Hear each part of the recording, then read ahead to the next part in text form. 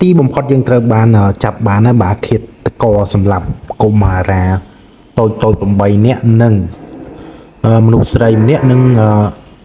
អ៊ំស្រីចំណាស់ម្នាក់តាមការពិតទៅឃាតករនេះគឺជាប្តីរបស់ជនរងគ្រោះដោយសារតែប្តីហ្នឹងគឺជាអ្នកហិតគ្រឿងញៀនបាទគេហៅអ្នកជក់ថ្នាំវាបែកកម្មដ្ឋានវាសម្រាប់អ្នកផ្ទះកុមារតូចបាទតែស្ថិតនៅដែលស្ថិតនៅភូមិពៀនឃុំទូសម្បូរស្រុកស្ទឹងត្រង់ខេត្តកំពង់ចាមករណីនេះដែរបន្ទាប់ពីមានបញ្ហាភ្លាមសមត្ថកិច្ចបានចុះកសោវិច័យមើលឃើញថាមុនដែលពេលវាសម្លាប់នឹងវាបានអាកសាកសពទាំងអស់ទន្ទឹមមកទៀតចាក់សាំងដុតទាំងរស់ដុតហ្មងបាទបងប្អូនពិតជាអនាធមណាស់ហើយឃាតករនោះបន្ទាប់ពីវាប្រព្រឹត្តបទល្មើសនេះភ្លាមមកគឺកម្លាំងសមត្ថកិច្ចស្រាវជ្រាវចាប់បានភ្លាមបាទយើងពិតជាចូលរួមរំលែកទុកដល់គ្រួសារនៃសពហើយឃាតករនេះកម្លាំងសមត្ថកិច្ចនឹងរៀបចំបញ្ជូនសំណុំរឿងបញ្ជូនទៅកាន់សាលាដំបងខេត្តកំពង់ចាមដើម្បីអនុវត្តតាមច្បាប់បើតាមយើងគិតប្រហែលជាជាប់គុកមួយជីវិតហើយជីវិតគេ9នាក់បាទហើយបែរមានចង់ឲ្យមានទោសប្រហារជីវិតបាទបងប្អូនដើម្បីកុំឲ្យមានមនុស្សក្រោយយកគំរូតាមបាទហើយអាថ្នាំញៀននេះមួយគឺ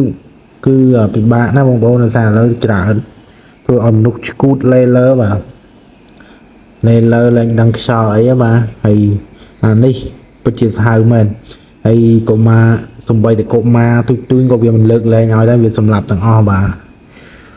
យើងពិតជាចូលរួមសោកស្ដាយដល់គ្រួសារនៃសពហើយ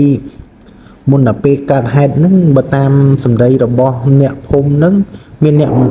នមនុស្សម្នាក់រងរបួសមានឮថាមានមនុស្សម្នាក់រងរបួសអញ្ចឹងហើយបន្ទាប់ពីទៅជួយខាត់តែនៅប្រហែលអ្នកទៀតវាសម្លាប់ហើយវាចាក់សាំងដុតពិតជាខូខើមែនadmin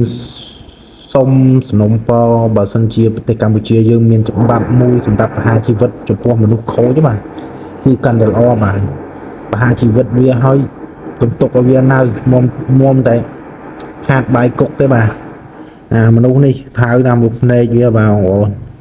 admin ទោះតែលឺដំណឹងនេះហើយ admin ដេកមិនលក់បក់មិនហើយបាទចង់មើលមុខអាឃាតករនឹងបាទ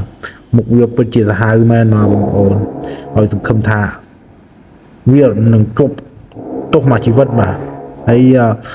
admin នឹងចេញព័ត៌មានថ្មីអាប់ដេតជូនបងប្អូនទាំងអស់គ្នាសូមជួយ subscribe channel admin ម្នាក់មួយផងបាទដើម្បីទទួលបានព័ត៌មានថ្មីបាទបងប្អូនសូមអរគុណសូមជម្រាបលា